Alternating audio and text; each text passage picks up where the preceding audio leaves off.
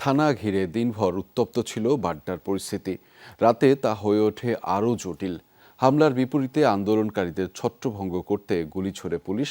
পরে শেষ রাতের দিকে পুলিশের একটি দল সাজোয়া যান নিয়ে থানায় আটকে পড়া সদস্যদের উদ্ধার করে নিয়ে যায়। বিস্তারিত জানাচ্ছেন তানভীর মৌসুম।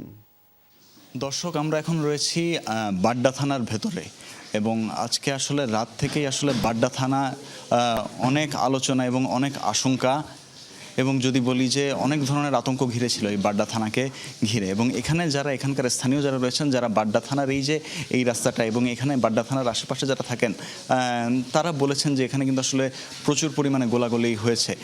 সে কথাটি কিন্তু তারা বলেছেন এবং তারা বলেছেন যে এখানে আসলে যে কী পরিমাণ ক্ষয়ক্ষতি হয়েছে সেটাও তারা বলেছেন এবং সেই সাথে হতাহত, নিহত, আহতের কথাও তারা বলেছেন। এবং এখানে তাদের আসলে বেশ কিছু অভিযোগ রয়েছে। এখানকার যারা এলাকাবাসী রয়েছেন তারা বলেছেন যে পুলিশ আসলে এখানে মুহুর্মুহু গুলি চালিয়েছে এবং টিয়ার শেল তারা নিক্ষেপ করেছে, বিভিন্ন ধরনের কথা কিন্তু তারা বলেন।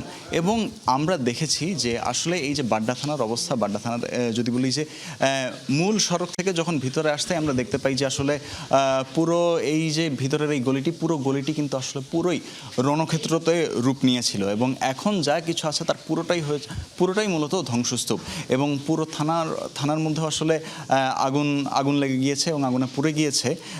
এবং এখানে আরেকটি বিষয় হচ্ছে, যেহেতু এটি একটি ব্যক্তি মালিকানাধীন ভবনে আসলে বাড্ডা থানার অবস্থান ছিল, এখানকার দোতলা তিনতলাতেও আসলে আমরা দেখতে পেয়েছি যে প্রচুর পরিমাণে এখানে ক্ষয়ক্ষতির চিহ্ন, বলতে গেলে কোনো কিছুই অবশিষ্ট নেই, কোনো কিছুই অক্ষত নেই। এবং এখানকার বাড়ির মালিকও বলছেন যে আসলে এই যে এরকম ক্ষয়ক্ষতি এবং সে ক্ষয়ক্ষতির যে তাকে আসলে অনেক দিন ধরে টানতে হবে। গোলাগুলিটা মূলত শুরু হয় 2টা বা তার কিছু আগে পরে এরকম সময়ের মধ্যেই তারা এই সময়ের কথাটা উল্লেখ করেন। তারা আমাদেরকে কিছু অবিস্ফোরিত বুলেটও দেখান এবং আমরাও দেখতে পাই যে আসলে এখানে বিভিন্ন ধরনের গুলির যে পরবর্তীতে যে ব্যবহৃত কার্তুজগুলো রয়েছে সেগুলো পড়ে থাকতে আমরা দেখেছি। তারা অনেকগুলো জায়গা দেখিয়েছেন আমাদেরকে যেগুলো আসলে সম্পূর্ণরূপে ক্ষতিগ্রস্ত হয়ে গিয়েছে। বাড্ডা থানার এই এলাকাটিতে যা আসলে ঝড় বয়ে গেছে এবং এখানে যে আসলে একটি অনেক বড় রণক্ষেত্র তৈরি হয়েছিল সেটার আলামত কিন্তু এই পুরো এলাকা জুড়ে স্পষ্ট।